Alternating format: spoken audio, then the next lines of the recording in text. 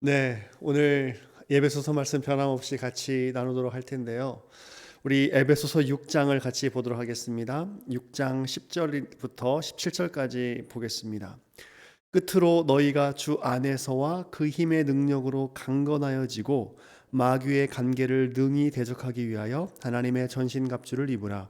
우리의 씨름은 혈과 육을 상대하는 것이 아니요 통치자들과 권세들과 이 어둠의 세상 주관자들과 하늘에 있는 악의 영들을 상대함이라. 그러므로 하나님의 전신갑주를 취하라. 이는 악한 날에 너희가 능히 대적하고 모든 일을 행한 후에 서기 위함이라. 그런즉 서서 진리로 너희 허리띠를 띠고 의의 호심경을 붙이고 평안의 복음이 준비한 것으로 신을 신고 모든 것 위에 믿음의 방패를 가지고 이로써 능히 악한 자의 모든 불화살을 소멸하고 구원의 투구와 성령의 검 곧 하나님의 말씀을 가지라. 아멘.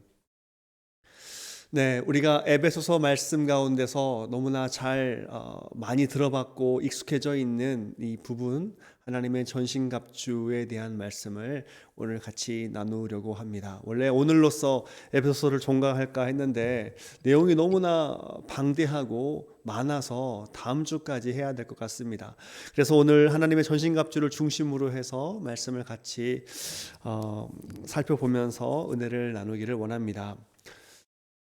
하나님의 전신갑주 이브라 굉장히 우리가 많이 들어왔고 또 여기에 대한 우리가 말도 많이 하는데요. 굉장히 추상적인 말이기도 하고 또 이 내용에 대해서 정확한 의미들을 우리가 알지 못한 채 쓸 때가 많이 있는 것 같습니다. 그래서 우리가 이 말씀들을 좀 보겠는데요. 오늘 말씀 10절에 보시면 끝으로라는 말은 그가 이제 에베소서 말씀을 마무리하면서 결론으로라는 말이에요. 결론적으로 finally라는 말입니다. 너희가 주 안에서와 그 힘의 능력으로 강건하여지고. 자, 우리가 여기에서 중요한 부분을 놓치고 하나님의 전신갑주로 들어가요. 근데 사실 이 우리가 놓치고 소외시키는 부분들에서 그 의미들이 많이 소실됩니다. 그 의미의 중요성들이 간과되고 있다는 이야기인데 오늘 우리가 많이 놓치고 있는 구절이 10절이에요. 거기 보시면 끝으로 너희가 주 안에서와 그 힘의 능력으로 라고 했습니다. 그 힘의 능력.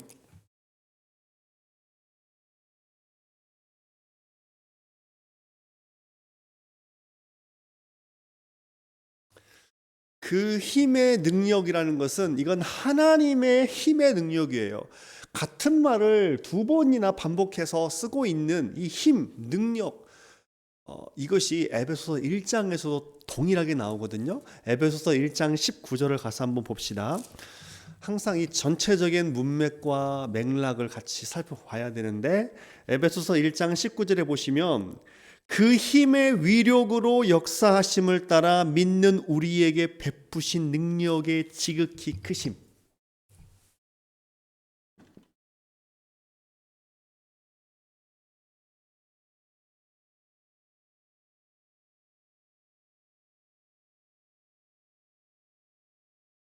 그 힘의 위력으로 역사하심을 따라 그 다음에 하나님의 능력.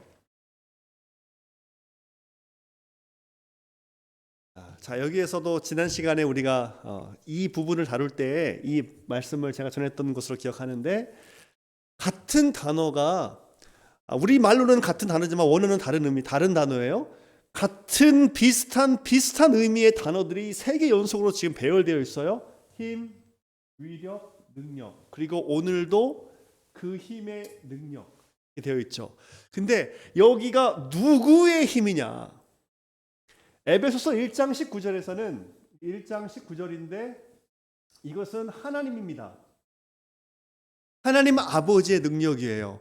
그 맥락을 보시면 아들 예수 그리스도를 죽였다가 다시 살리시는 그 부활시키시는 능력, 하늘로 올리셔서 자신의 보좌 우편에 앉히게 하시는 그 하나님 아버지의 능력을 소개하면서 그 힘의 위력으로 역사하심을 따라 믿는 우리에게 베푸신 능력의 지극히 크심이라는 말을 썼거든요. 근데 오늘 에베소서가 결론을 맺으면서 6장 10절에서도 비슷한 말을 쓰고 있어요. 그 힘의 능력으로. 그러니까 이것이 서로 따로 떨어져 있는 것이 아니라 연결되고 있는 것을 우리가 확인해 볼 수가 있는 거예요. 하나님의 능력이에요. 하나님의 뭔가 강력한 능력으로 우리가 강건하여지기를 그 바울이 지금 결론으로 우리에게 축복하고 있는 거예요. 하나님의 능력으로 우리가 강건하여지기를 원한다라고 지금 전제가 깔려 있는 가운데 13절에 하나님의 전신갑주 이야기가 나오는 거예요.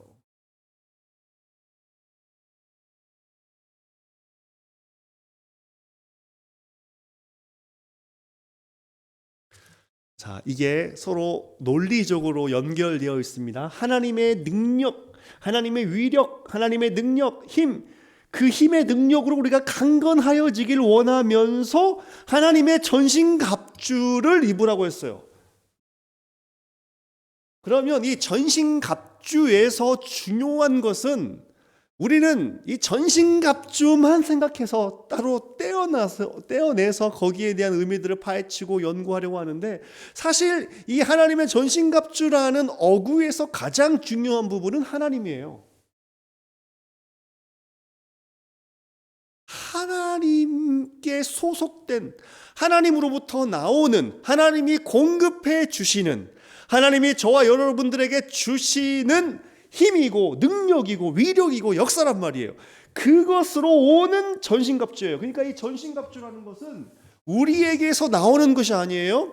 우리가 배출해내고 우리가 쥐어짜서 우리의 인격과 우리의 신앙의 연수와 또한 우리의 지식과 어떤 고귀한 우리의 삶에서 뽑아내는 것이 아니라 이건 하나님께서 주시는 것이고 위로부터 오는 능력이고 하나님의 성품에서 나오는 것이고 주의 말씀에서 나오는 근거가 된다는 것을 우리가 확인해야 돼요. 이것이 굉장히 중요한 거예요. 하나님의 전신갑주에서 가장 중요한 것은 이게 누구의 전신갑주라는 말입니다. 그래서 하나님이 주시는, 하나님께 소속된, 하나님이 원천이 되시는 그 힘, 그 힘이 나타나는 전신갑주입니다. 그런데 자, 이 전신갑주라는 것은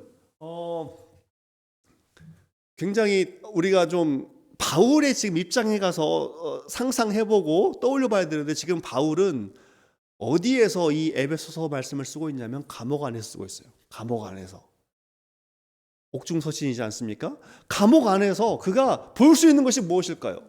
그가 볼 수 있는 것은 감옥 안에 있는 간수들, 그리고 감옥 안에 감옥을 지키는 그런 로마의 군인들이었단 말이에요. 물론 죄수들도 있었지만 그 로마 군인들의 모습을 수시로 봤어요. 그리고 익숙하게 그들의 모습을 관찰했단 말이에요. 그것을 통해서 영감을 지금 얻게 되는 거예요. 그들의 쓰고 있는 투구, 그들이 지금 가슴에 메고 있는 그 호심경, 흉배죠. 그리고 그들의 창, 방패, 또 그들의 신고 있는 신발, 허리띠, 이런 6가지의 로마 군인들의 그러한 그 신상 착용들을 좀 보면서 사도 바울이 거기에 착안을 해서 이 전신갑주 말씀을 우리에게 소개해 주고 있다는 것을 우리가 알 수가 있습니다. 그런데 이것은 우리가 입는 것이 아니라, 우리가 이것을 만들어내는 것이 아니라 하나님의 능력과 하나님의 이 역사로 말미암아 주님께서 우리에게 허락해 주시는 그 놀라운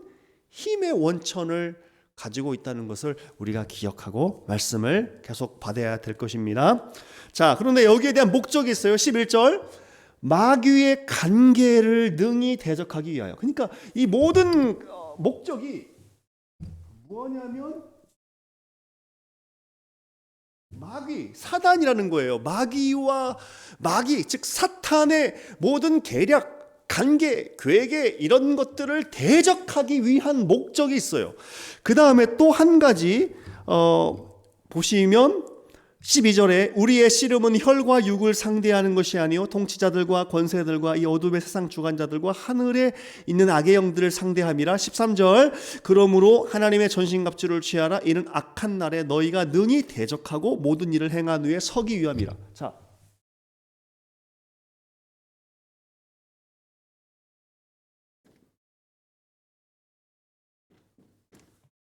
이 하나님의 주시는 능력으로 우리가 전신갑주를 입어야 되는 이유와 목적은 무엇이냐면 2가지인데, 첫 번째는 마귀를 대적하기 위하여, 반복되고 있어요. 그리고 두 번째는 이 모든 일을 행한 후에 서기 위함이다 라고 했어요. 서기 위함이다. 그러면 전쟁터에서 누가 서 있습니까? 전쟁터에서 누가 최후에 서요? 승리자가 서는 거예요. 패배자는 거기에 다 넘어지고 거기에 자빠지고 쓰러질 수밖에 없습니다. 여러분 영화 같은 거 보시면 알 거예요. 옛날 이 로마 시대 그때 혹은 중세 시대에 일어났던 그 치열한 전투 장면을 한번 떠올려 보십시오. 결국 서 있는 사람, 수많은 시체 더미들 가운데서 서 있는 사람은 승자란 말이에요.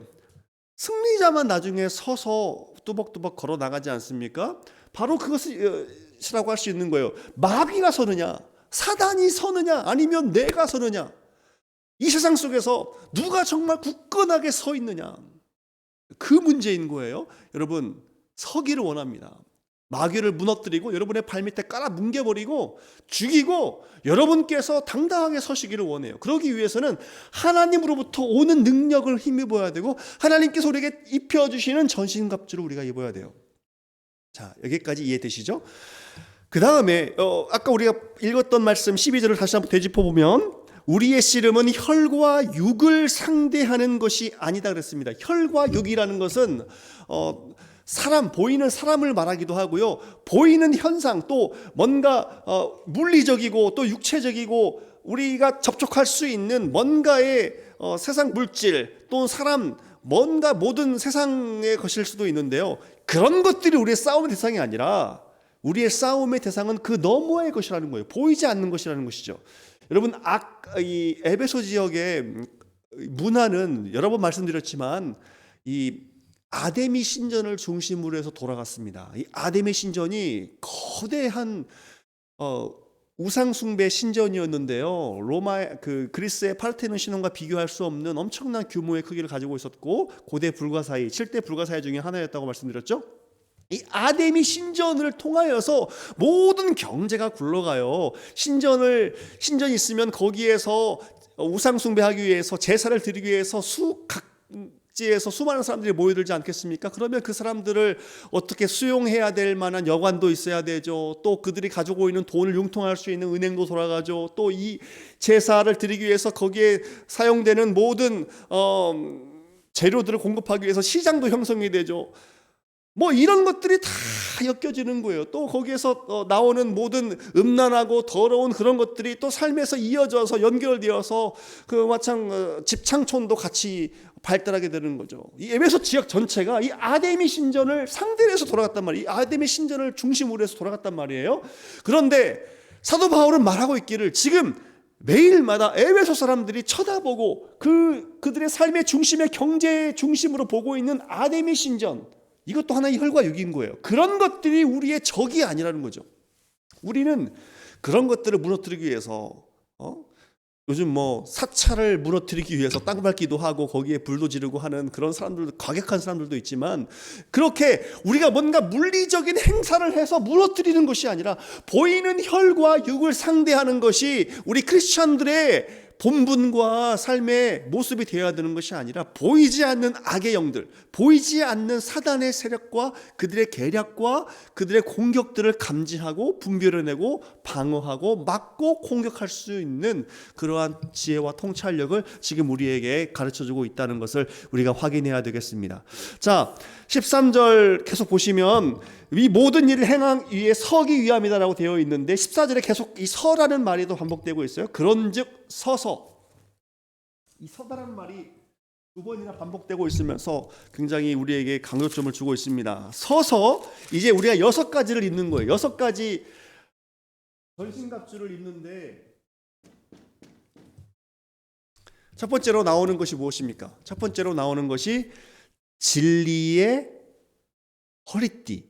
진리로 너희 허리띠를 띠어라. 진리라는 거죠. 진리.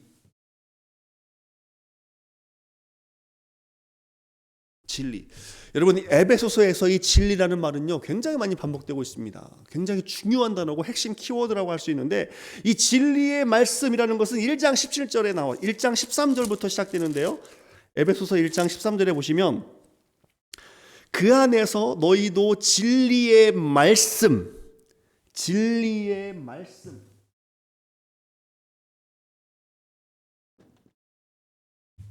1장 13절에 진리의 말씀이란 말이 나왔잖아요.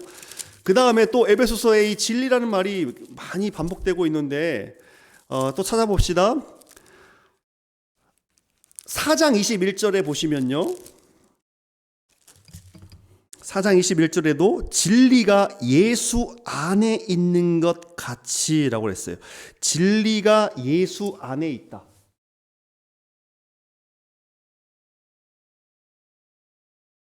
예수님께서도 내가 곧 진리다라고 말씀도 하셨지만 이 진리가 예수 안에 있다라고 4장 21절에 나오고요. 그 다음에 4장 23절도 보세요. 4장 23절에서도 동일한 말이 비슷한 말이 나옵니다. 4장 23절 보시면 에베소서 4장 23절 24절이네요. 하나님을 따라 의와 진리의 거룩함으로 지으심을 받은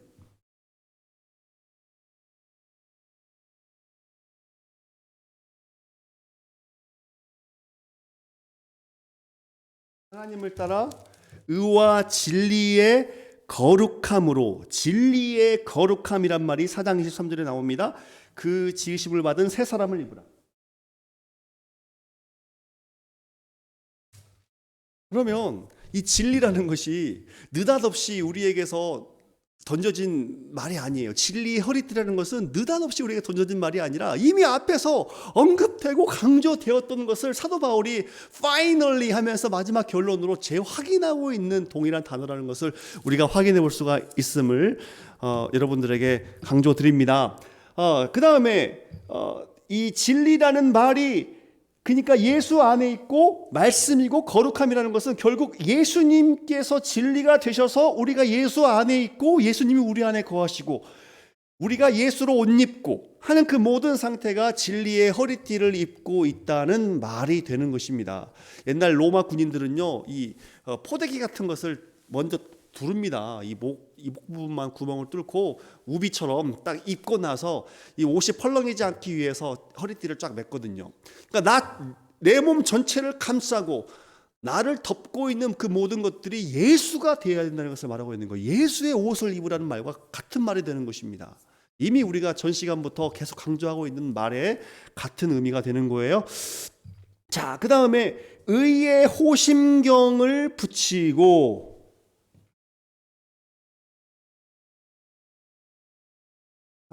의라는 말도 아까 예수 의와 진리의 거룩함으로 지으심을 받은 4장 23절에서도 나온 말이죠. 이 의라는 것도요, 결국 예수님을 말하는 거예요.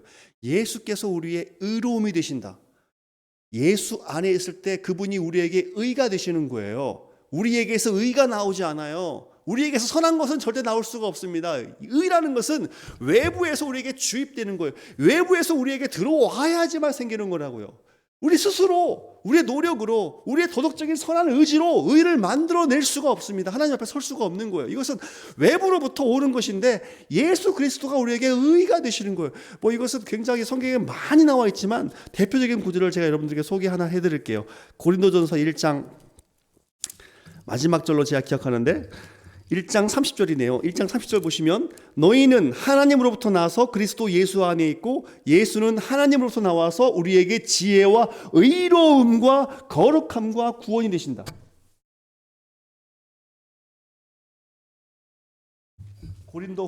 고린도전서 1장 30절에 보시면 너무나 중요한 말씀이기 때문에 외우시면 좋아요. 예수께서 우리의 지혜가 되시고 우리의 의로움이 되시고 우리의 거룩함이 되신다. 전부 연결되고 있는 거죠. 예수님으로 서로 연결되고 있는 거예요. 자, 그 다음 봅시다. 또 그 다음 세 번째 무엇입니까? 의의 호심경 다음에 평안의 복음이 준비한 것으로 신을 신고,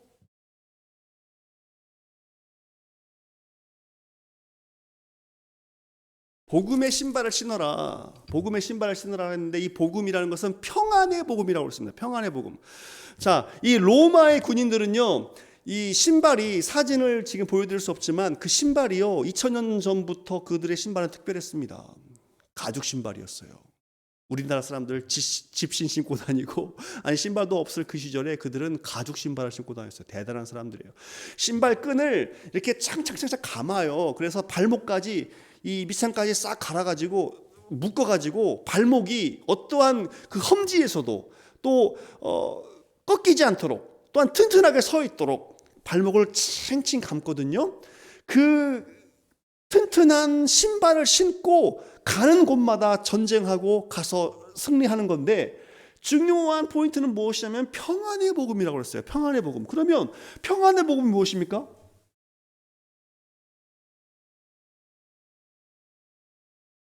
평안은 다른 말로 바꿔서 이야기를 할게요. 화평, 평화. 이것 역시 어디에서 뚝 떨어진 것이 아니라 이미 에베소서 말씀 전반적으로 이미 언급되어 있는 것을 말하고 있는 거예요. 무엇입니까? 에베소 교회 안에 있었던 갈등, 불화, 서로에 대한 그런 배려 없음, 이 모든 것들 상황 가운데서 사도 바울은 그리스도 안에서 너희는 이제 한 새 사람이다. 그리스도 안에서 너희는 이제 하나가 되었다. 예수께서 너희 가운데에 있는 막힌 담을 허셨다라고 얼마나 많이 강조했습니까? 유대인과 이방인들이 서로 자기들만 옳고 자기들이 중요하다라고 서로 우월감을 가지거나 또 상대방에 대한 경시와 또 모멸감을 주는 그런 존재가 아니라 서로 예수 안에서 품고 서로 예수 안에서 존중하고 배려하고 하나가 되는 화평의 복음을 이미 앞에서 전했다고요. 그렇기 때문에 평안의 복음의 신발을 신으라는 말은 앞에서 언급한 복음, 에베소서의 전체적인 주제, 그 복음, 평안의 복음으로 다시 재무장하라는 이야기예요.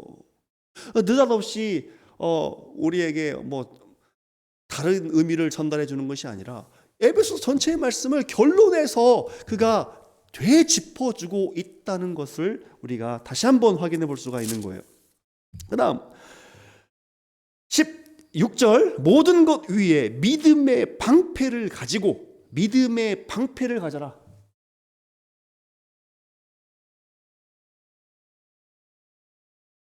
이 믿음의 방패를 가져라.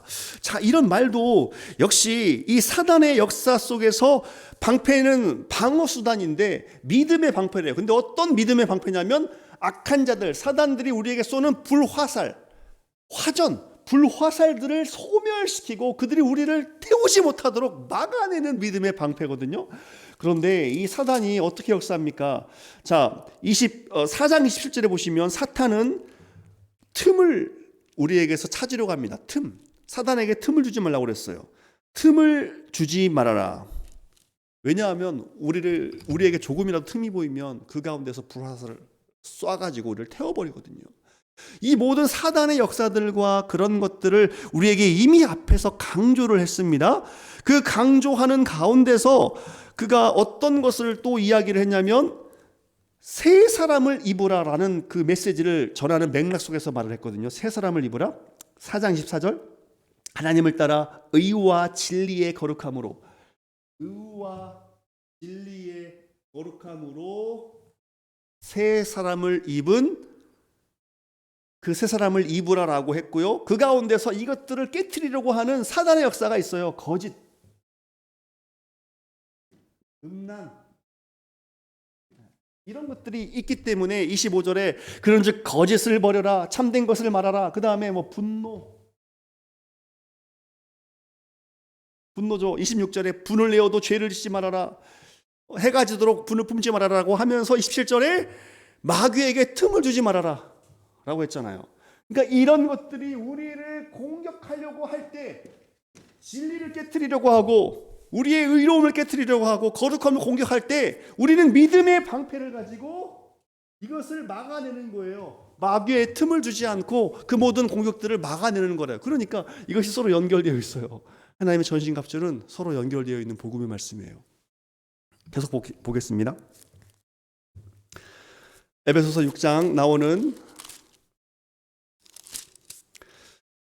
전신갑주에 대한 말씀 어떻게 이어집니까? 구원의 투구와 성령의 검.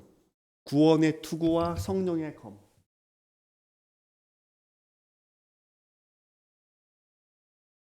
성령의 검, 곧 하나님의 말씀.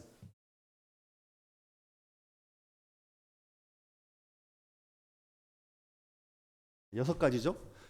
구원의 투구와 성령의 검, 곧 하나님의 말씀을 가져라라고 했습니다. 먼저 구원의 투구부터 볼까요? 구원의 투구. 투구라는 것은 머리를 막는 거잖아요. 우리의 생각과 우리의 그런 뇌의 그런 모든 것들을 막아내는, 보호하는 장비가 바로 투구인데, 우리의 생각을 공격한다는 거죠. 누가요? 사단이 늘 우리의 마음속에 무언가를 자꾸 주입시키고, 우리 마음속에 부정적이고 또한 불신앙적이고 의심스럽고 또 하나님을 멀리 떠나게 하는 자꾸 그러한 세상적인 것들을 자꾸 주입시킨다고요.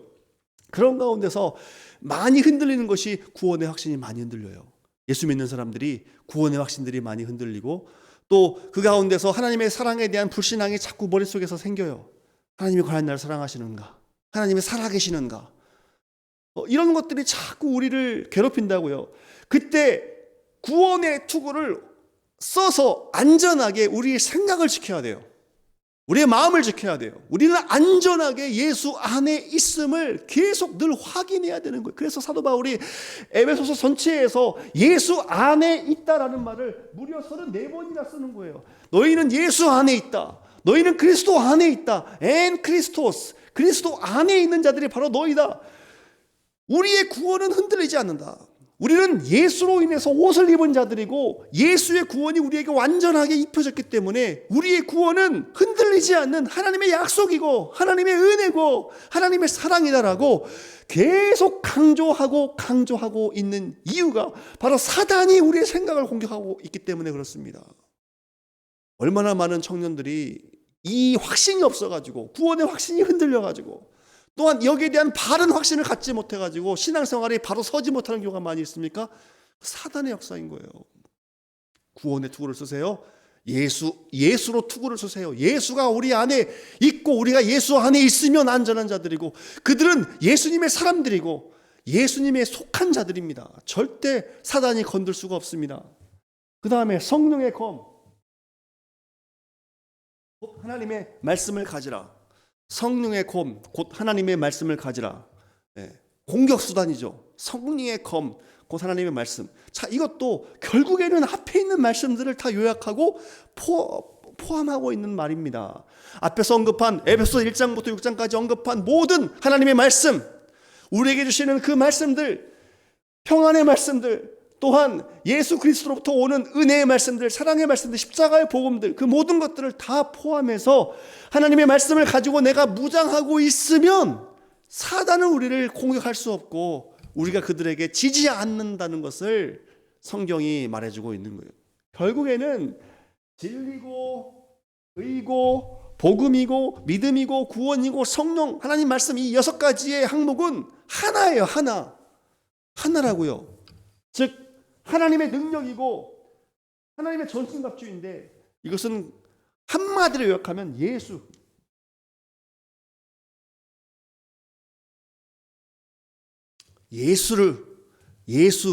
그 예수님을 말하는 복음, 그 예수님이 드러나는 복음, 그 예수 안에서 하나 되는 복음, 그 예수님으로 인해서 내가 힘을 얻는 복음, 하나님의 능력의 결정적인 집약체인 예수, 그 예수로 옷을 입는 거예요. 하나님의 주시는 전신갑주는 예수로 내가 새 옷을 입고 새 사람이 되는 것, 그것을 다시 한번 전신갑주라는 로마의 군인들의 옷을 통하여서, 그들의 장비를 통해서 우리에게 결론적으로 확인해주고 있단 말입니다. 오늘 말씀을 좀 길게 전했는데요, 우리 청년들 오늘 말씀 기억하면서 우리를 결국 우리 영혼을 지키고 우리의 신앙을 지키고 믿음을 지키는 것은 우리가 예수를 붙잡고 예수 안에 있는 그 방법밖에 없습니다. 예수님을 붙잡으세요. 예수님 안에 있음을 확인하세요. 말씀 안에 있음을 확인하세요. 여러분 자신이 예수의 사람임을 확인하세요. 여러분 가슴 안에 십자가가 있는지 확인하세요. 그 복음이 우리 안에 있으면 사단은 우리를 건드릴 수 없고 우리는 그들 앞에서 무릎 꿇지 않을 수 있습니다. 우리는 당당하게 서 있을 수가 있습니다. 사단을 우리 발밑에 깔아뭉개버리고 그 위에 서 있을 수 있는 존재가, 그 이유와 힘은, 그 힘의 능력은 결국 예수에 있습니다. 예수 안에 있고 하나님의 능력, 예수님으로부터 우리에게 보여진 하나님의 능력, 여기에 모든 결론으로 나가게 되는 것입니다. 이 말씀을 기억하셔서 우리 청년들 힘을 얻고 예수 안에 있음을 감사하고 또한 당당함을 가지시고 승리하시는 여러분들 꼭 되시기를 주님의 이름으로 부탁드립니다. 기도합시다. 하나님 아버지 감사합니다. 우리가 예수 안에 있기 때문에 우리는 하나님의 소유고 우리가 예수 안에 있기 때문에 생명의 능력을 가진 자들이며 우리는 예수 안에 있기 때문에 승리자로 서 있게 될 수 있음을 감사드립니다. 주님께서 십자가 위에서 이루신, 주님께서 부활을 통하여서 이루신 그 승리의 역사를 오늘날 우리의 삶 속에서도 동일하게 우리가 이뤄내기를 원합니다. 우리가 예수 안에 있음을 날마다 확인하고 또한 예수 안에 있음을 우리 스스로가 증거하면서 우리에게 찾아오는 매일의 전투 속에서 승리할 수 있도록 우리를 붙잡아 주시옵소서. 의와 진리와 거룩함, 우리의 믿음의 대상에 또한 하나님 말씀의 본질이신 예수 그리스도를 우리가 붙잡음으로 말미암아서 우리의 삶 속에서 승리의 놀라운 간증들이 나타날 수 있도록 은혜 내려 주시옵소서. 예수님의 이름으로 기도드립니다. 아멘.